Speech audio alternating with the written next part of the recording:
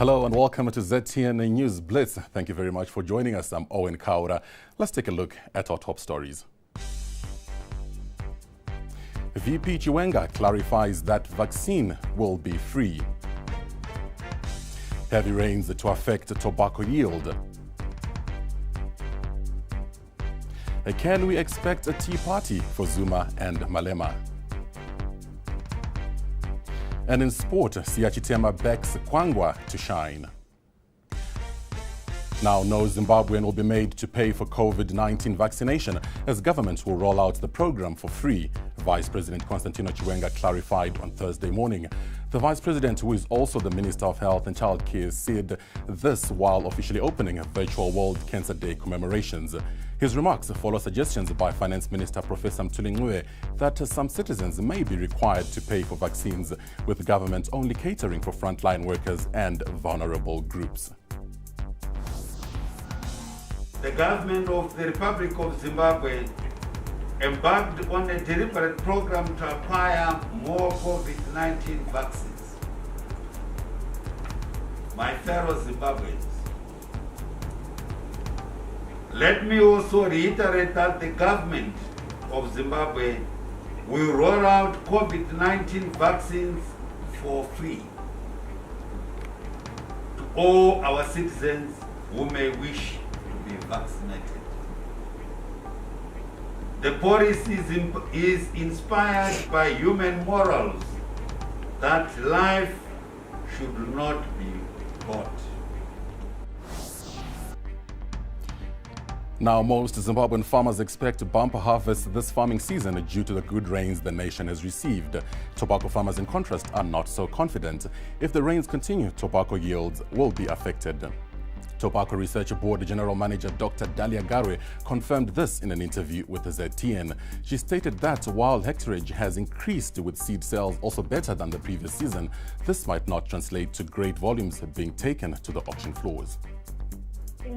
Especially those that planted late, will be very negatively affected by these rains. Because what tends to happen is the yield will go down. So you may have the hectarage, but the plant will not be able to put on weight because it doesn't have enough hours of sunlight. And on top of that, its roots are sitting in water, and your tobacco hates water with a passion. I mean, it wants water, but not to sit in water.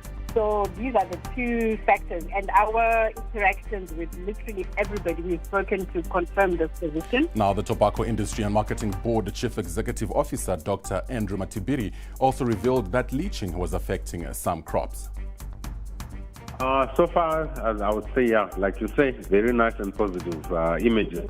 Yeah, the tobacco is doing very well. Okay, it suffered from a bit of too much rain, that's leaching, but otherwise it's looking good. In Africa and world news, Mozambican President Filipe Nyusi has offered amnesty to citizens who joined the Islamist insurgency in Cabo Delgado. He made the pledge on Wednesday as the country paid tribute to its national heroes. The amnesty offer was also extended to citizens who have joined the ranks of a local militant organization aligned to the opposition party Renamo since 2017. Hundreds have been killed by jihadists in Cabo Delgado.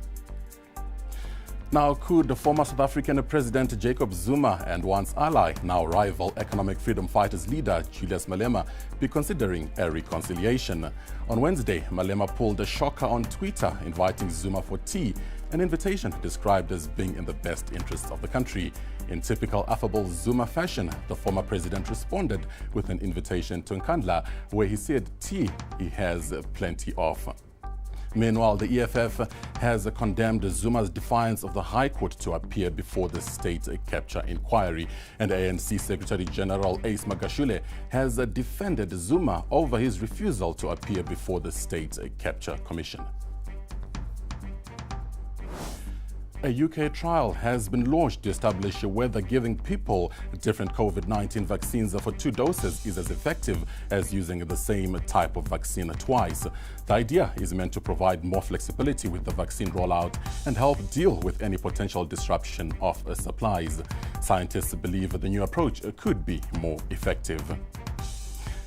And the head of the Tokyo Olympics Organizing Committee has apologized for making inappropriate remarks about women after calls for his resignation. Yoshiro Mori retracted the comments but said he will not resign.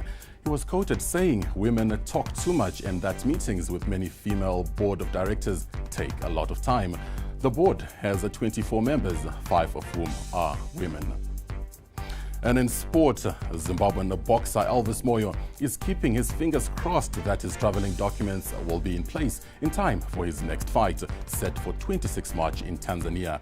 The former WBF Africa heavyweight champion has told ZTN that his expired passport is a stumbling block ahead of a showdown with Romanian Bogdan Dinu, ranked 90 in the world. Moyo will fight Dinu, who has a record which stands at 20 wins and 2 losses as part of the 6th series in the East African country. In Tanzania in March, but I'm told that for someone of my level, I should organize my own sponsorship. So remember, I signed with Global Stars, and their idea is to get me 2-3 fights, small fights here, and then send me to UK or America. Former Zimbabwe netball captain Perpetual Siatitema has backed her successor, Felistas Kwangwa, to shine in the Vitality Netball Super League. England Netball confirmed this week that the season will commence on February 12. Zimbabwe captain Kwangwa is expected to make a league debut for Surrey Storm against local rivals London Pulse on February 13. Well, I've known Kwangwa since she was young and playing in the youth provincial teams. She's always been a focused and determined, goal-oriented sportswoman, eager to learn new things. She's someone who's not afraid of competition, and that enabled her to join the senior national team at the age of 20. And with the limited resources we have in our netball in Zimbabwe, Felistas managed to put up a sterling performance at the Netball World Cup in Liverpool, competing with the world's best defenders, and she came out second. I'm pretty sure she's going to gel in the UK League.